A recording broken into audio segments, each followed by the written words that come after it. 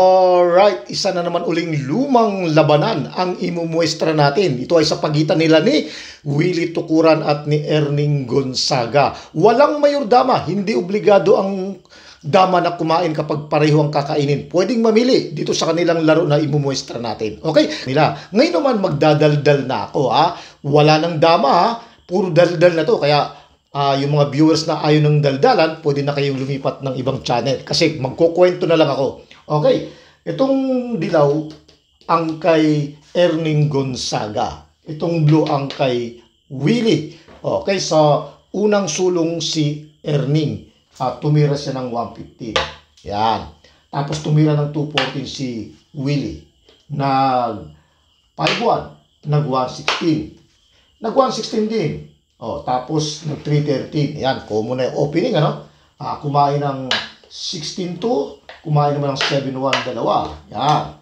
Tapos kumain ng 6-16 at kumain naman ng 13-1 kain. Okay, syempre lugi ng isa yung dilaw.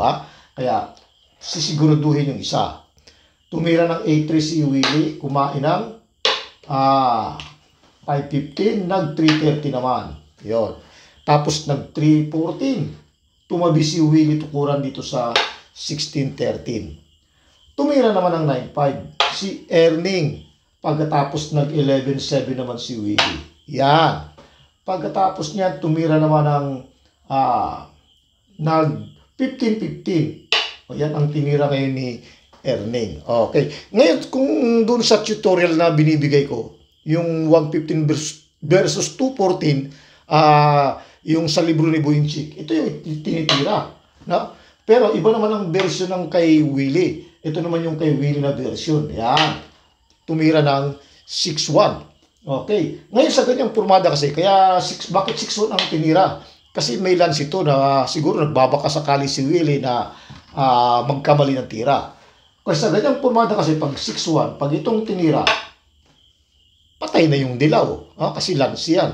Okay, pagkakain ng ganon, tapos kakain dito, ayan na, kita na yung lance. Papakain to, gaganyan, tapos saka to papakain. Pagkain ng ganon, kakain dito, dadama ito. Yan, kakain. Pagkatapos sa kanya ganon, kita na, lanse, dama. Okay, balik ko lang Okay. Okay. Yan na yun, tumira ng 15-15.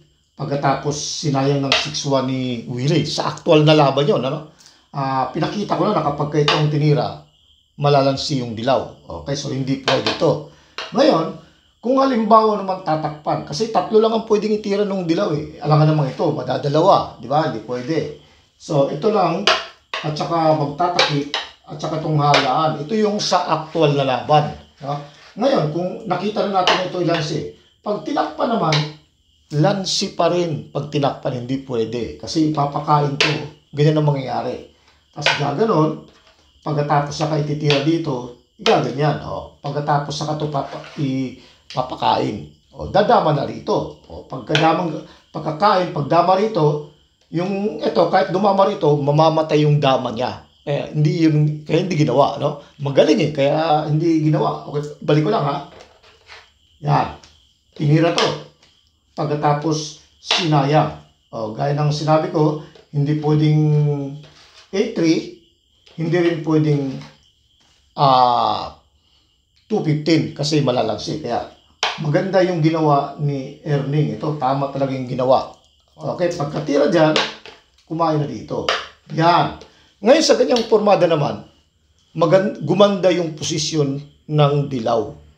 Sa ganyang formada. Pag tumira pa ng ibang tira ang blue, agrabyadong na. Okay, ngayon sa ganyang formada, dahil sa nakitang lamang na sa posisyon yung dilaw, kaya nilansi na kagad dito. Kumbaga, dinala na kagad sa mabilis na tablahan. Okay, pinakain to. Pagkatapos pinakain, hindi naman to pwedeng lansin kagad ng ganyan. Dahil kakain ng tatlo, malulugi ng isa. Kaya, pinakain mo na to. Ngayon sa ganyang formada, dalawang pwedeng pangkakain niya. Dito or dito. So, ang ginawa naman ngayon, ito pinangkain niya. Kasi inisip niya na kahit na dumama si Willie, lugi ng dalawa si Willie. So inisip niya, maring may laban siya. Kung halimbawa patayin yung dama, tapos magpapadalawa, hindi may isa pang labang pa rin. O kaya pumayag siya na lansihin. O, saka nga yung ginawa to.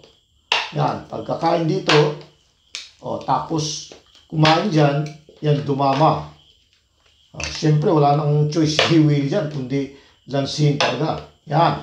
Alam nga naman dito kakain. No? Patay ang dama. Siyempre, dito ang kain. Yan. O di, dumama siya ngayon dito. Ngayon, sa ganyang formada, kung titingnan natin, lamang ng dalawa yung dilaw, kahit pa sabing may dama. Kaya, malakas ang loob ni Erning, na alam niya hindi matatalo yung dilaw. Okay, so tinira 13-16, nag 9-5. Sinayang, siyempre iwas. Ngayon, tumira naman ng 6-2. Ang ginawa naman ngayon, nilagay ito dito ni Willie. Yan, para hindi makatawid ito kasi pag nakatawid dyan, ang dami niya nang bibilangin. Pagkatapos tumira naman ng 8-3. Yan. Di may harang pa rin yung dalawang yan. Tumempo naman dito si Willie ng 12-7. Okay. Pag tiyempo ng 12-7, saka naman ngayon tumira ng 12-8. Yan, ngayon, dito sa forma na yan, hindi pwedeng hindi na itira ni Willie itong dama. Dahil kapag hinayaan niya, kung halimbawa bumalik sa rito, papatay na yung dama. Lugi ng isa si Willie. No? Okay, balik ko lang ha. Kaya delikado. Kaya ang ginawa ni Willie, sinayang niya muna to. Yan. Tapos nung sinayang niya, siyempre umalis to. Yan, inilagay sa 3-14. Hindi pwedeng sayangin yan. Gagano'n lang yan. No? Matatalo. Balik ko lang ha. Okay, so ang ginawa, ibinalik niya dito. Kumbaga, pumayag na si Willie na patayin yung dama. Okay, so pinatay nga. Yan. Lugi si Willie ng isa. Kumbaga, nabilang na ni Willie to na hindi siya matatalo. Kumain ng 3-14, 8-14, tapos nag 7-2. Ito ang tinira ni Erning. No? Tabla. Kung halimbawa magsasacrifice, tabla pa rin. Kasi pag sinacrifice yan, dito siya, dito naman. Pag sinayang dito, papakain lang yan, hayaan lang yan. Tapos pagkain, yan, dama to, pagkain dyan, dito na. Tabla, no? Hindi na mahahabol. Okay, balik ko lang ha.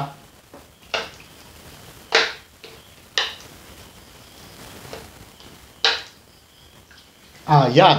Yan yung kanina na pinakita ko. Dami pala to. Yan. Kanina nung pinakita ko na kapag ka nag-sacrifice, tabla din, di ba? Ito yung sa actual na laban. Yan. Kaya ang ginawa, sinayang dito para walang kawala. Tabla pa rin. Pupunta dito, kakain dito. Pag sayang, hayaan lang. Okay? So, hanggang dyan na lamang muna tayo. Maraming salamat sa inyong oras. Abangan na lang yung part 2 ng kanilang naging labanan. Okay? Bago tayo magpaalam, shout out muna. Okay, shout out dito kay Ricky Boy Plenos ng Hilongos, Leyte. Rudy Colegio. Yes. Danilo Alcolar.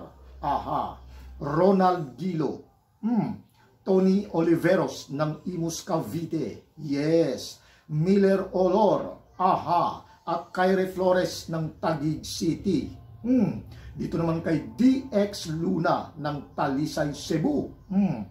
Elmer Gansan. Okay. Gilbert Enoch.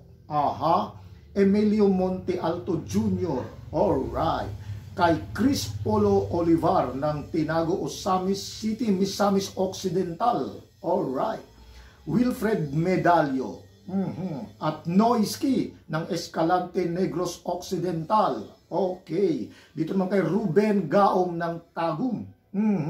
Juven Tagulimot ng Taguluan, Misamis Oriental. Jason Lumiares ng Maynila. Okay. Jason Cabigin. Yun. Marshall Rosel ng Imus, Cavite. Okay. Kay Crazy Casino mula kay Evi ng Leyte. At kay Nelson Mendoza ng Labo, Camarines. Okay, dito naman tayo sa mga YouTuber gaya ng mga Dama Vlogger tulad nitong si Kadamista TV, ang channel ni Joy Pagadian. Okay, Philippine Dama Tutorial, ang kay Willie Tukuran. Alright, Dama Maestro, Pinoy Dama Channel, Larry Dama PG, aha, at ang ating legendary grandmaster na si Boy Dalagit. Subscribe natin siya, magaling din naman ito. Okay, yung mga hindi na shout out, sa next video na lang ulit dahil sobrang dami nito. Dahil sa matagal-tagal tayong hindi nakapag-vlog, naipon. Okay, maraming salamat sa inyong oras.